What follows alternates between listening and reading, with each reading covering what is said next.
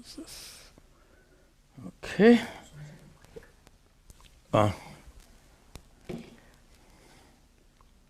There's our stream. Here's the mic.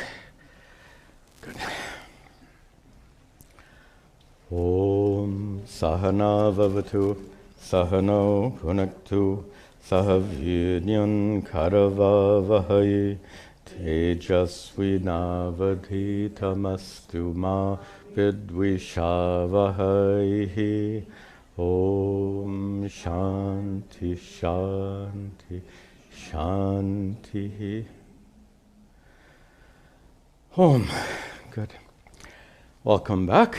Welcome also to all of you attending online. We have a lot of nice questions again, and as always, more than it's possible to cover in this session. So if I am unable to get to your question, I apologize in advance. And as always, we'll take both questions from online and questions from our local students. We'll start with online questions.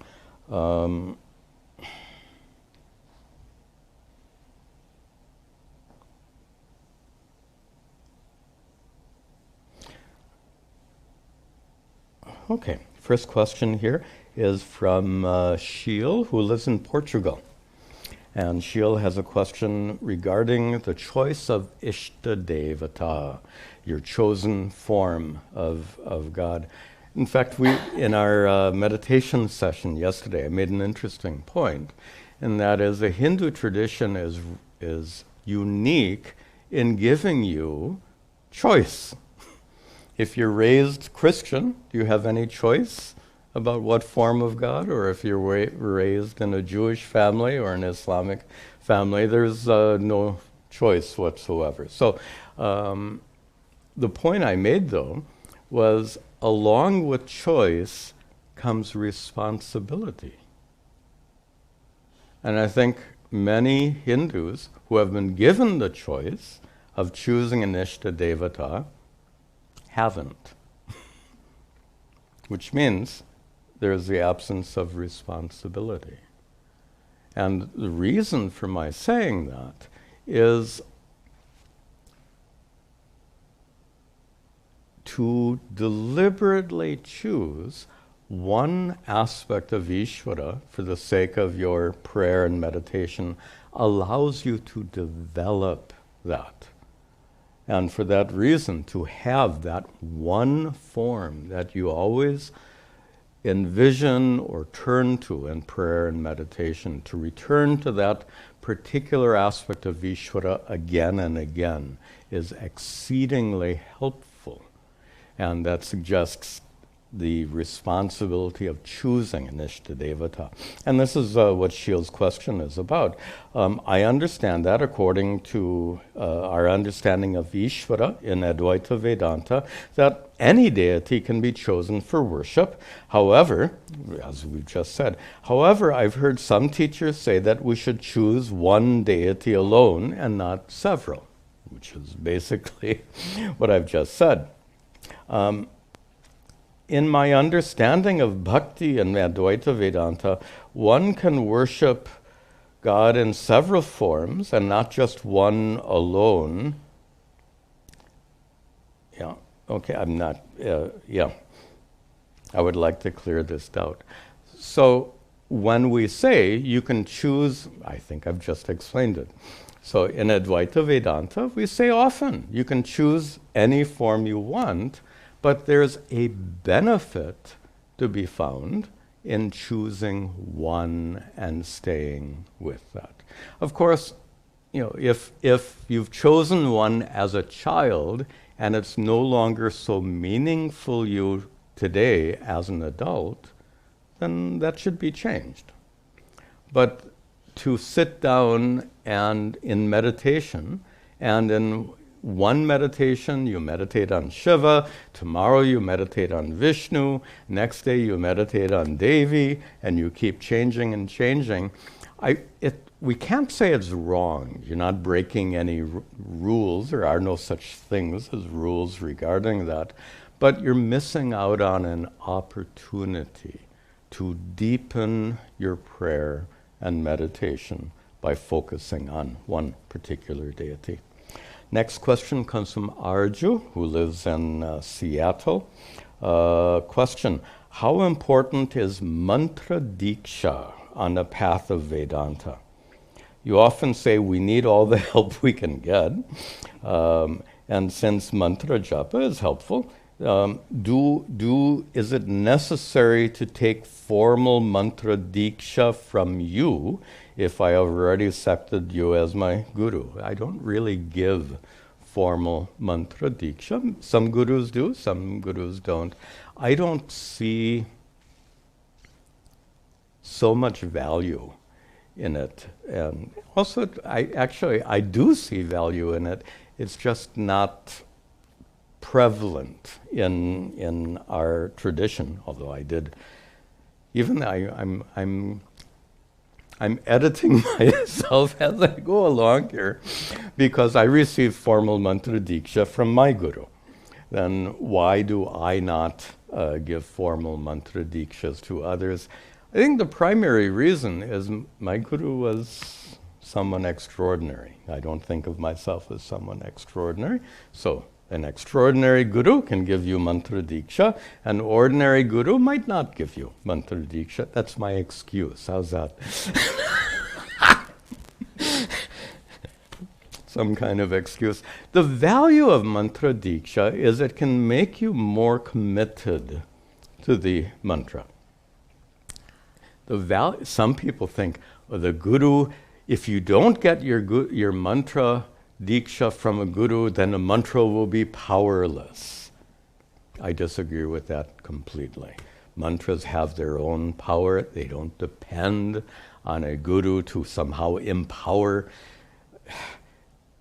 There's this funny thought, it's kind of more common, somewhat common in the Hindu tradition, more common in kind of Western New Agey things, where the guru gives you some kind of special empowerment through some transfer of energy or something.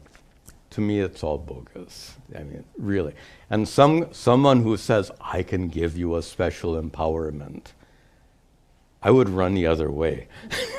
If someone tells you that, because to me that sounds like a hook, and some try to hook you. Anyway, so mantra diksha can have a value in making you more emotionally dedicated to regularly doing mantra japa with the mantra. And emotionally, because if you have a personal connection with your guru, and your guru gives you that mantra, then it develops that emotional connection. In that way, it can indeed be helpful. But yeah, I guess you have to find an extraordinary guru for the sake of that diksha. One more question here from Shiv, who lives in New York. Brahman is eternal stillness. That's not a very complete definition. Brahman as eternal stillness. Even that's not really complete. Right now, nothing is still. Is Brahman absent? So it's a little problematic. The mind is governed by thoughts.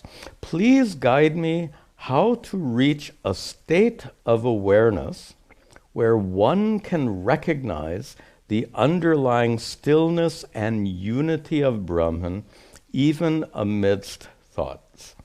Something good here and something problematic also. Please guide me how to reach a state of awareness. State of awareness means state of consciousness. State of consciousness means someone hasn't fully understood the fact that consciousness has no states. Awareness has no states. Mind has states. Awareness or consciousness has no states. Be very clear about that. The states in the Mandukya Upanishad, where this famous analysis of states come. The 3 states that are described in that Mandukya Upanishad are states of the mind. Waking state is a state of the mind. Dream state is a state of the mind. Deep sleep is a state of the mind. Consciousness doesn't wake up in the morning. Consciousness doesn't dream. Consciousness doesn't go to sleep. Your mind does. So it's not really a state of awareness. It's rather understanding. Please guide me how to reach a state of awareness. Let me edit Shiv's words here. Please guide me to gain understanding through which I can recognize the underlying stillness and unity of Brahman amidst. It's a matter of understanding. That understanding takes place in the mind. And how to do that, that's what all these teachings are about. Not one particular teaching, but the sum total of all these teachings can lead you to that understanding. We'll take one more here. This is from a question from Stuart, who lives, I think, in the Midwest of this country. I forget exactly. Vedanta asserts, this is interesting. It will be a little sophisticated for some of you. Try this. Vedanta asserts that there is only consciousness. Now, that statement is based on a lot of Vedanta, and I know Stuart, and I know he understands all this. So what Stuart's statement means here is that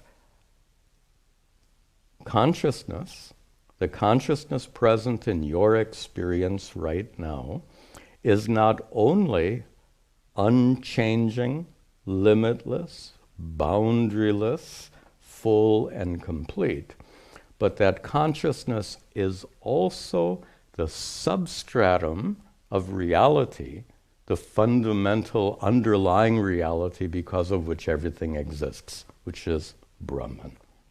In that way, there is only consciousness. That's what Tattvamasi means. There is only that Brahman. And Stuart's question, very short but very complex, is this claim falsifiable? Now, is this claim falsifiable? You may not even be familiar with that kind of expression. In science, it's a big deal. And the case where one place where you may have heard this term used is with regard to string theory in modern physics. So string theory is a very complex mathematical description of a fundamental reality that gives rise to matter and energy.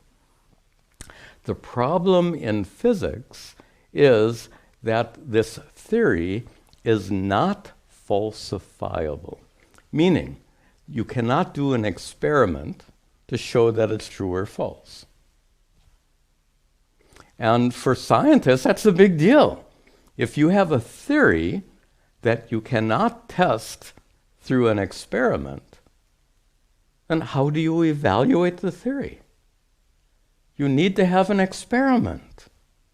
And if there's no way of testing to falsify, that's the term he uses, is the claim that there is only consciousness, is that falsifiable? So that's in science, if you can't test it in an experiment, then how do you know whether or not it's true? And to apply that now to consciousness, how would you, what kind of, Vasanti is a research scientist, and she conducts experiments in a laboratory, and she analyzes results and publishes those results in her many papers she has published over the years. So the question is, what kind of experiment, I'm addressing Vasanti. Can I put you on the camera? Do we got a camera view there? I'm not sure we got a camera view that picks you up. No. Oh, there you are. Okay. Raise your hand. Okay, that way everyone who's watching now knows who is Vasanti. So I'm asking Vasanti, what kind of experiment would you design to test whether or not consciousness is there is only consciousness? What kind of experiment would you design? Swamiji, you're putting me on the spot. You want to? Do you want to respond? Give her the microphone. No, Swamiji, no. Okay, she doesn't want to. I can respond. I don't know. Please allow me. So the problem with this is that science deals with things that can be. Thank you. Science deals with things that you can conduct experiments on. What can you conduct experiments on? The world of matter and energy. The realm, experiments are limited to worldly things. You can't experiment on something that is not a worldly thing, something that is not matter and or energy. And consciousness clearly is neither matter nor energy, therefore is not subject to confirmation or refutation through experiment. Now, a scientist would say, well, then your theory is useless.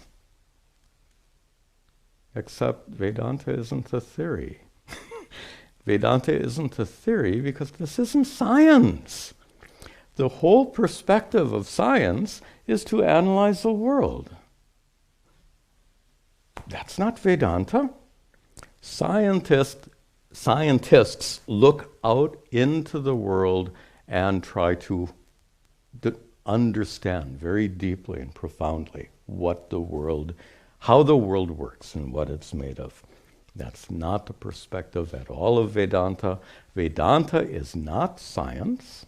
Vedanta doesn't look out into the world. Vedanta looks within. Therefore, to use a principle which is important in science and to superimpose it on something which is not a science is not valid. So,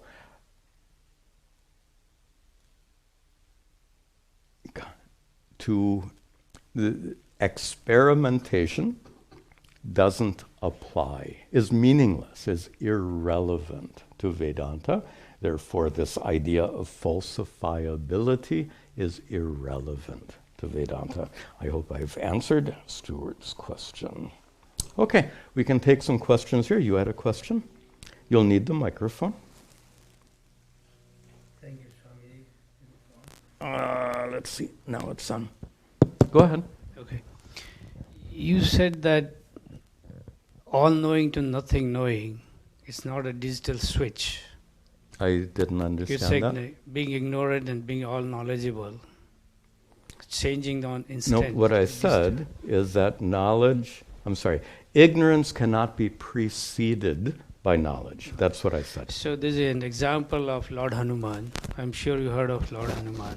Hanuman, when he was born, he went and ate away the sun. That's what the story goes. And then he was cursed to forget all his potential and knowledge. Lord Shiva is 12th Rudraksh is Hanuman. Mm-hmm. So he was staying in Kiskindha till the Lord Rama came there. So he became from all-knowing potential Lord Shiva to nothing. Okay. Or he So pretended. many of us know that story. Okay. It comes And in then Hanuman Chalisa, and many of us are familiar. But again, when Lord Rama came there, Yes. he regained all through the Jamban. Yes. So that was a digital switching from Right. between the two stages. Right. So these stories that we find in Ramayana, thank you. I keep forgetting. The stories of Hanumanji we find in Ramayana and elsewhere. They are stories, right? I thought they were facts. No? You think so? You are welcome to believe that. So, many in the 21st century, like myself, have come to understand that Hanumanji flying through the sky is not a historical fact. And, there's plenty, we live in an enlightened age. Modern scientific knowledge rules our thought.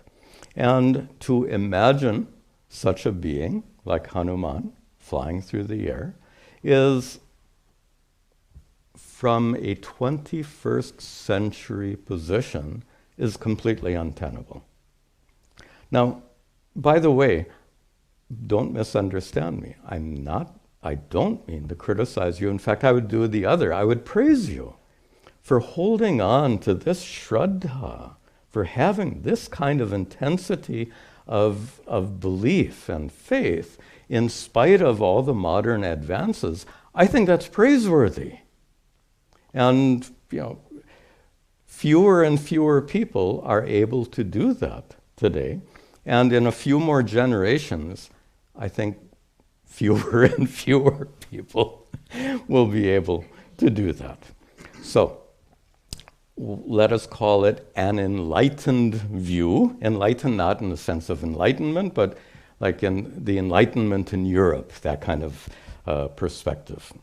From a modern perspective, 21st century perspective, these are amazing stories that were meant to teach us very profound principles, but they are not historically true. So, there is, in other words, by taking this perspective, we can embrace the value of these stories completely, but without accepting them as being historically true. Now, and let me illustrate that point. You're saying, wait a minute, if it's not historically true, then how can we accept it? How can we learn from these stories if they're not historically true? Well, consider a great novel. By definition, the stories told in novels are not historically true. Did you ever learn anything from a novel?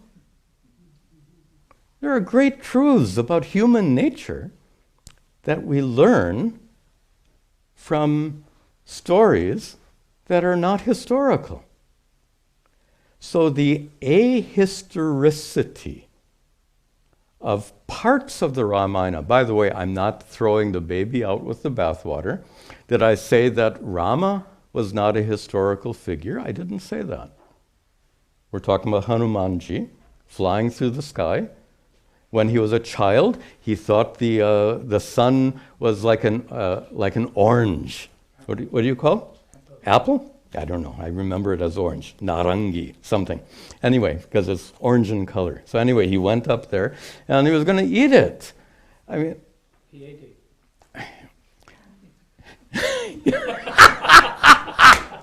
I love you. That's wonderful. He ate it. And again, I respect your point of view entirely. But here I give an example. Those are the classical epics. You'll need the microphone. Yeah. So I don't mean to be argumentative, but here is a living example in me. So Lord Hanuman. Please speak into the microphone. Did the button? Turn it off, Yeah, don't push the button on the bottom because that turns it off. Did that? Can you push? That's on there. Yeah, it's okay. So I don't mean to be argumentative, but here is the example. I was in the grade 4th in my village. I don't know Hindi, English. My brother took me to Secunderabad, Hyderabad. So I don't know Hindi, English, Yeah. or the Telugu Tell us your languages. point, please. He gave me Hanuman Chalisa. Mm-hmm. And I got started to getting first rank. Good. And from that day till today, Mm-hmm. then I was in BITS Pilani. It's a Mhm. good school in India. Good. And then I afraid I am going to fail. Hanuman Chalisa stood by me. Then I Mhm. came to US, I did PhD. Mm-hmm. Hanuman Chalisa. When I came to AT&T You've Bell been Labs, blessed. AT&T Bell Labs. You have been blessed. So with the Hanuman Chalisa, I have 40 issued patents in this country. Right? So if you're going to say Hanuman Chalisa is all novel, it's not true. Okay. Novel is entertainment, Okay. and that's where I differ. All right. So let me respond. I didn't say novel was entertainment. What did I say? I said you can learn a lot from great literature, even literature that is fiction. Would you disagree with that? We can learn from great literature, not entertain. You use the word entertainment. Entertainment is useless. I haven't watched television for decades because it's useless. So we're not talking about entertainment. We're talking about wisdom. There is great wisdom in great literature that is not factually true. So coming to Hanuman Chalisa, you've been blessed by the story. But whether or not the story was true, you've been blessed not because the story was true, which it wasn't, but you've been blessed because of your shraddha, the purity of your heart, the commitment you have, your faith. That's what I'm praising you, because that shraddha is so wonderful, and the evidence of the power of your shraddha, in fact, I would say the reason you came up as you did has less to do with Ramayana in general, and Hanuman Chalisa has less to do with Hanuman Chalisa, and has a lot more to do with your shraddha, your commitment. So you've been incredibly blessed. Now, I'm not asking you to, and by the way, we need to move on and take other questions now. I'm not asking you to accept my point of view. In fact, I would encourage you to continue believing that Hanuman ate the sun, because that's helpful to you. Whatever, and this is a fundamental principle in Hinduism, and a big topic we've discussed in other places, adhikari, bheda. There are different teachings, different practices, different things for different people, because our needs are different. So the Hanuman Chalisa serves your needs wonderfully. We're going to move on now. So the Hanuman Chalisa, and considering it to be historically true, is important for you, helpful for you. Therefore, it should be continued by you and anyone who shares your kind of shraddha. But for others, like me, we have to understand that kind of blind faith, andha vishwasa, is rapidly fading in the 21st century. So we have to find new ways of understanding these ancient scriptures. And that's my approach, is to find a new way of relating to Hanuman Chalisa and other scriptures without taking them as historical truths. Okay, do we have another question here? Microphone, please. So I was thinking about the lecture that we just had, and you know how Speak into the microphone. Oh, please. okay. So you know how like just simply chanting Aham Brahmasmi or something is not going to really do anything, right? Likewise, suppose we're suffering our ego, and then we keep telling ourselves that no, we're enlightened. No, we're enlightened. It's kind of like the same concept, right? As in like just chanting the thing. So I guess in the sense that it's knowledge alone that's going to break away from that, I guess, right? Right. Okay, so then that would turn into a ritual in that sense, right? If you keep. And so, what is your question? So like what I was saying is that helpful to try to retrain that pattern of your thinking? That's positive thinking. Okay. And positive thinking, how well does positive thinking work? Okay. If you are broke, and somebody, by the way, there's a big thing on YouTube and elsewhere. This yeah, good. You have to manifest what you want. And if you are poor, you can manifest great wealth by imagining yourself being wealthy. People believe this stuff. To me, I'm just amazed. So suppose you're dying of cancer. And somebody says, hey, you can manifest health by imagining yourself healthy. Is that going to work? Or worse? And this is where these teachings have a dark side, which means a harmful side. A person who believes in this doctrine, by the way, it's not based on a doctrine of karma. It's not karmic, it's some new agey kind of thing. They turn it around and said, if you're dying of cancer, you must have had such negative thinking in your mind your whole life to result in your cancer. You have brought that illness on yourself by your thinking. This is, to me, that's horrible. Okay, one more question. Swamiji, my question is on the ishta devata, on the meditation. You said it's important to pick a form. It's the first question that was asked.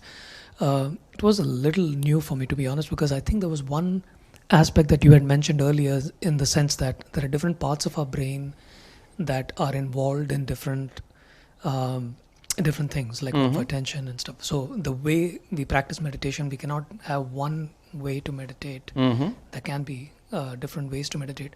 So I'm trying to look at both these aspects together. But you said, I think having that one form of Ishvara consistently is important, because many a times our mantras are also different. Sometimes it's Vishnu, sometimes Krishna, Shiva. By design. So what is your question? My question is it, till now, meditation used to be a little flexible in the sense that there are different kinds of meditations that we can do. But what you're saying is keeping that form of Ishvara consistent is also helpful. So I'm just trying to What is the problem? Is it this or that, was my question. So in our meditation, in our group meditation, we take up mantras to various deities because there are 150 people in the room. Should I tell everyone in the room what form of God they should meditate on? By the way, it's not unusual in some religious traditions for the Guru to say, this is a form just like Christians, this is a form we worship, and there's no other option. And there are some Hindu groups who are virtually the same. There are so many Vaishnava groups that are focused on Sri Krishna, for example, and none other. In fact, there are some there is a train of thought amongst followers of ISKCON, the Hare Krishna movement, that to their language, it is wrong to worship a demigod. Who is a demigod? Shiva is a demigod. Deva is a demigod. Lakshmi is a Lakshmi, yes. Parvati is a demigod, and is wrong. Anyway, so that kind of exclusivity that we find in Christianity, it can be found in other groups. But I mentioned before the principle of adhikari bheda. We're all different. So when I go into the hall to lead meditation, there are all these people. Who am I to force everyone to worship to meditate on the same form of God week after week after week after week? That's not my role. It's not for me to decide.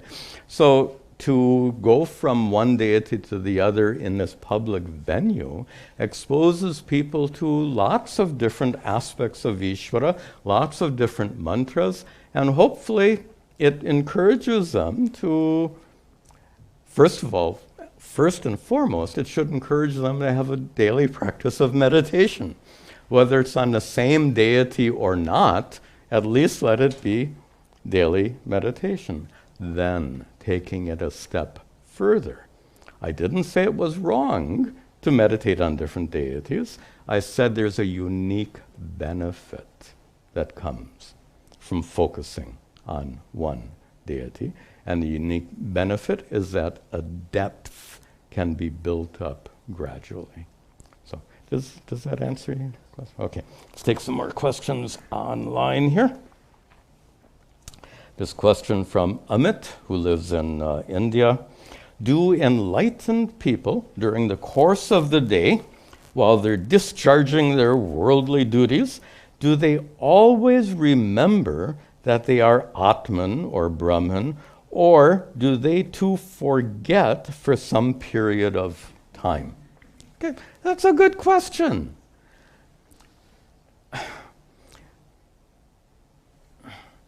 Do you ever forget who you are?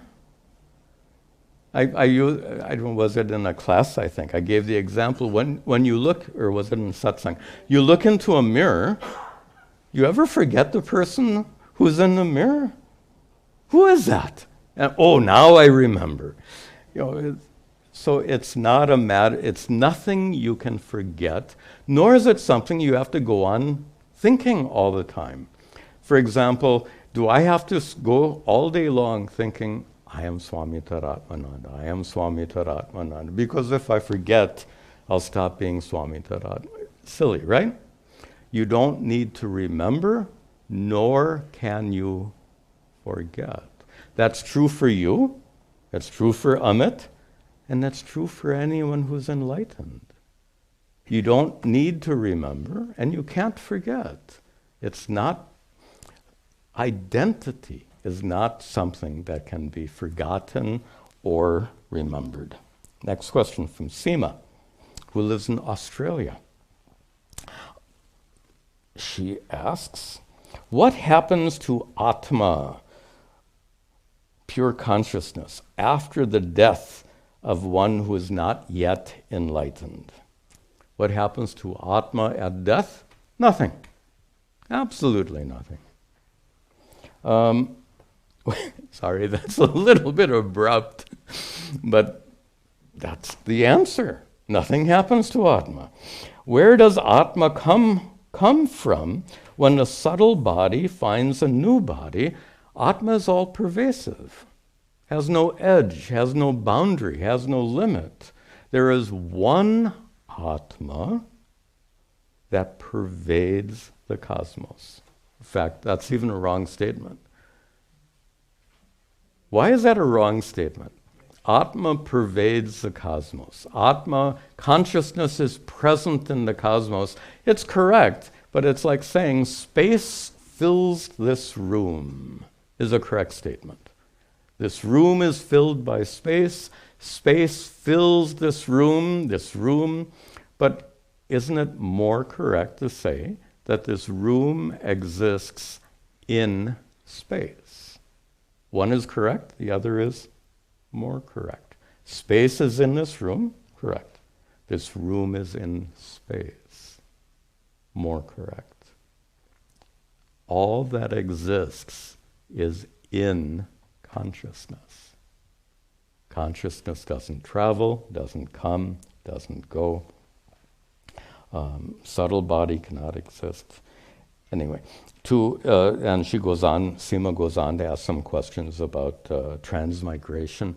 There's a video on who travels, and there's on my YouTube channel is a playlist on the doctrine of karma. One of the videos in that playlist is who travels, and I think Seema or anyone else who has a question like that would find a very clear answer in that video. This is a question from Stefano, who lives in Spain. Let's see. It's rather long, so let me...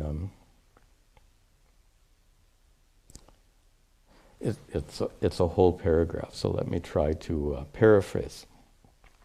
I can't paraphrase, it's too much.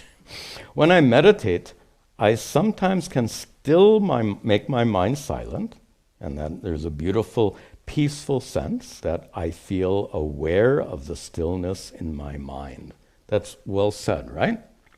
So when your mind becomes quiet, you feel the quietness in your mind. But in that condition, and now I have to paraphrase, Stefano is saying that in that condition where you have a meditation and you feel, let me use my own language, but I think it'll embrace Stefano's question. So in a certain state of meditation, you can have an experience in which I am aware of the silence. Not much. I am aware of silence. That's not the ultimate kind of meditation. That is one kind of meditation and one kind of meditative experience, and that's what Stefano is asking about. It's a state in which you have the experience, I am aware of silence. And Stefano correctly identifies that in that experience, their silence is present, something else is present. I am aware. That I who is aware of silence is what we call in Sanskrit ahankara. That's ego. I am aware of silence. There is an I thought and there is silence. And both of those exist in consciousness. Silence exists in your consciousness, and the I thought exists in consciousness. When both the I thought and stillness are in consciousness, what do you experience? I am aware of silence. Now, right now, there's no silence. Right now, thoughts are present in consciousness. So right now, thoughts are present in consciousness. Are you aware of your thoughts? Yep. So the I thought is also present in consciousness. Now, there's another kind of meditation where there's silence, which means no thoughts, and the I thought disappears. When the silence remains present and the I thought disappears, you do not have the experience, I am aware of silence. What is your experience? Silence. Can you experience silence without feeling like you're observing silence? Yeah, why not? You can have silence and observe it. You can experience silence without feeling like the observer of silence. So these are some of the fine shades of difference in different states of meditation. So Stefano's question, though, is, so how do I get rid of the I, the ego, who's observing the silence? And my response to that question is, what for? The ego is a normal part of your existence as a human being.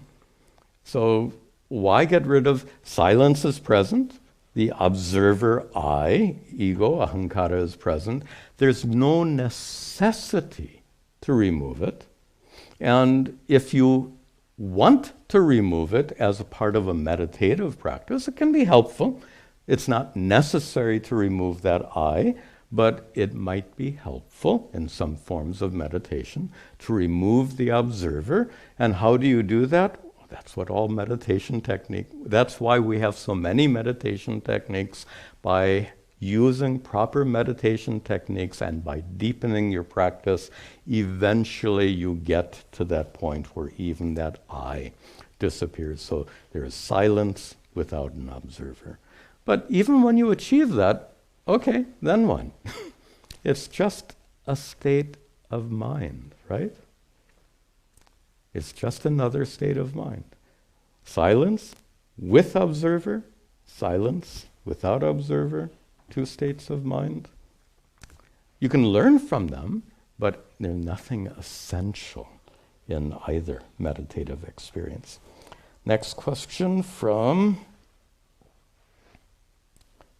Oh, this is related to what we just talked about. This is from Juan. Where does Juan live? Doesn't say. Can consciousness know itself? I think that's pretty obvious.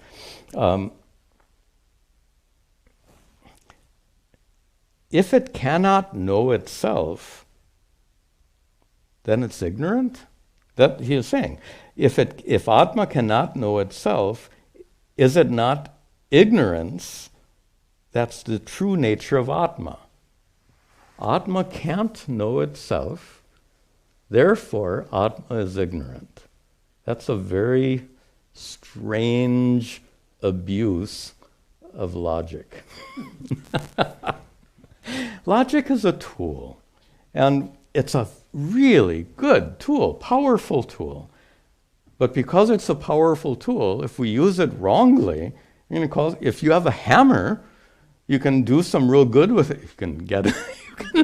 You can also cause some serious harm, especially if your thumb is there and you bang your thumb, you cause some here. So my point is, logic is a powerful tool, and we have to be careful how we use it and not abuse it. And in this case, Atma can't know itself because to know anything requires a relationship. Knower and known. If there's only Atma, there's no relationship between knower and known. So the fact that Atma can't know itself is not because of ignorance. Atma can't know itself because there's no relationship. Knowing implies a relationship between knower and known. If there's no relationship between knower and known, you can't know anything. So it's we have to get our logic right. This is from Sahil, who's in India. Is worshiping God, I like this. Is worshiping God and asking for mercy or forgiveness or the desirable favors of God, is it a waste of time? Spoken like a true Advaitin. And it's not surprising for students of Advaita Vedanta to come to such conclusions.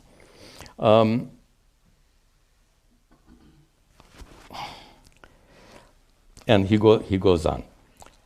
Is it a waste of time since all of our problems, tragedies, which are bound to happen, will happen according to the doctrine of karma? Now here we have to make a small correction. The doctrine of karma does not predetermine or predestine particular events in your life. That's not how it works. Your good karmas will help you in all kinds of subtle ways, but not by precipitating particular events. Your so-called bad karmas, papa karmas, will cause suffering, but not by precipitating particular events.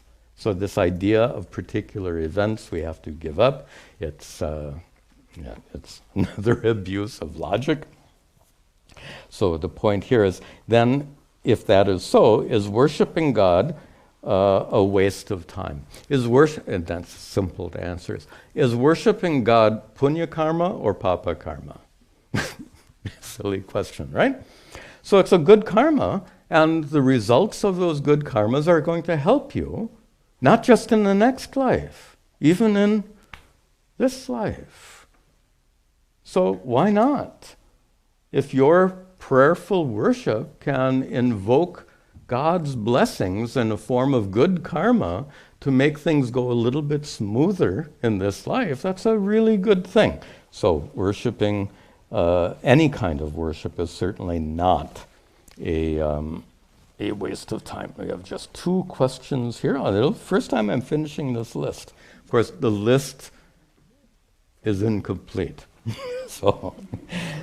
several questions fell off the list, and I apologize. If your question fell off the list, I apologize. I'm doing the best we can.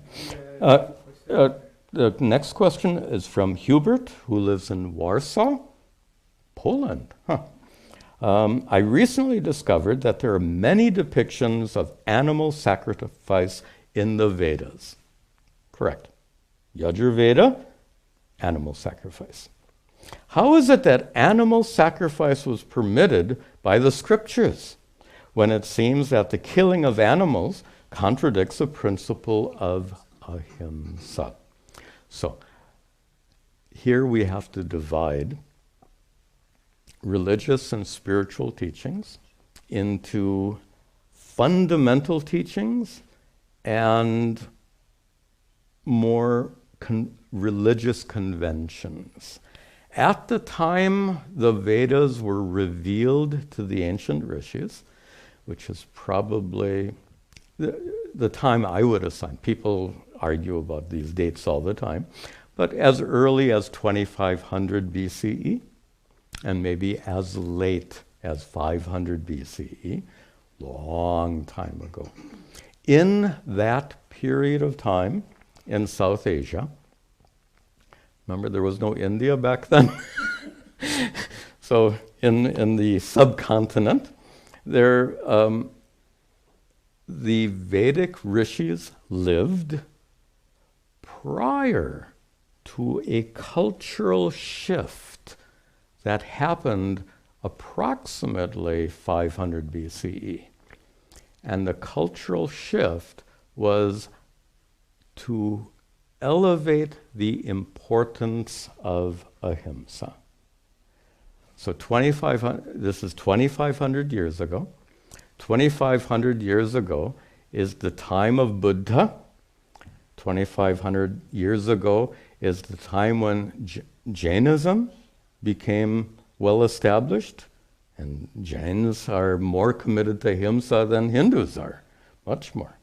And 2,500 years ago is also the time when ahimsa becomes more prominent in Hindu culture. So this is a cultural thing, that the importance of ahimsa grew about 2,500 years ago, and the Vedas were composed prior to that time. So we have to. It's a really a tricky thing to understand how religions evolve, and religions do evolve. Religions change. So in early Vedic religion, animal sacrifice was permissible. But after the ahimsa was elevated in importance, it was no longer permissible. Last question is from Ranjan. No, I'm sorry, here. Kshitij. Sorry, Kshitij. Yes. And he lives in India, and he asks, this is also good. If emotions are generated in the mind, and awareness or consciousness only sees them. That's what he says. While awareness only sees them, then where is the happiness or sadness that we feel? So he's looking at the mind from the standpoint of Advaita Vedanta, and that is, there are emotions. Let's go back to what I said before. Knower and known. Suppose in your mind is happiness or sadness and consciousness. They're both present in your mind. So in your mind, better to say your mind is in here we go again. Is consciousness in your mind? Yes. But isn't it more correct to say your mind is in consciousness? More accurate. Yes, consciousness is in your mind, but more accurate to say your mind exists in consciousness. And whenever a thought, any mental event is present in consciousness, we call that experience. What is experience? experience is a result of something happening in your mind in the presence of consciousness. Meaning, there's knower and known, observer and observed, sakshi and sakshya, witnessed. When these two are present, we have an experience. Notice if you have only one or the other, nothing. Suppose you have consciousness and a quiet mind. What do you experience? Nothing. There's nothing to be experienced. That's like in deep sleep, dreamless sleep. Consciousness, nothing to be experienced. Suppose, and this is hypothetical, suppose you have sadness and no one's at home to observe the sadness. It's hypothetical. You get the point. In order to have the experience of sadness or happiness, you require both of these factors. That's how we define experience. So Kshitij is halfway there because he understands clearly the difference between observer and observed. So what I've added to that is just simply when observer and observed are together, you have experience like the experience of happiness or sadness. And how is it different from the bliss of awareness? Now, this is a problem. The bliss of awareness is a reference to the common definition of Atma as Sat Chit Ananda. So, if Atma is Sat Chit Ananda, many people ask, how can I experience that Ananda? Think about this and see if we've already answered it. We did. So, Atma is Sat Chit Ananda. Ananda means bliss. So how do we experience that bliss? Can you see the problem? Watch this. Atma, the observer, is Sat Chit Ananda. Ananda is bliss. So how can the observer experience, but Ananda is not out here. Ananda is the observer. So we had that question before, can consciousness know itself?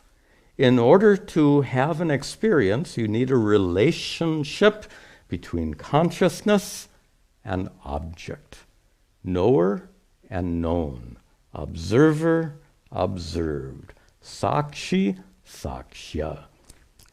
So, Ananda is not an object. Atma is Sat Chit Ananda. So Ananda is not something out here in your mind. Ananda is Atma. Atma cannot know itself. Therefore, the bliss, which is Sat Chit Ananda Atma, cannot be experienced. Now, we do experience bliss. A blissful mind. I find every time I eat chocolate ice cream, it's bliss. And when the ice cream is over, the bliss is over. It's an experience in the mind. Consciousness plus chocolate ice cream bliss. That's the experience of bliss. But notice, chocolate ice cream bliss is out here in your mind. Sat Chit Ananda bliss is not out here in your mind. That Ananda is Atma. This would be a really good place to conclude for today.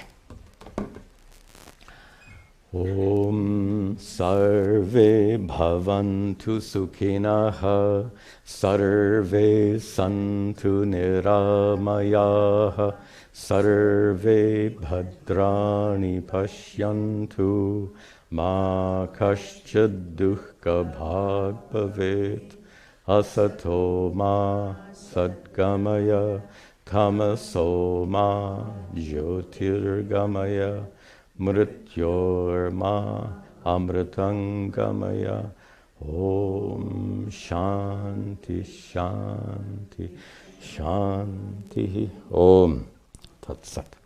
See you next time.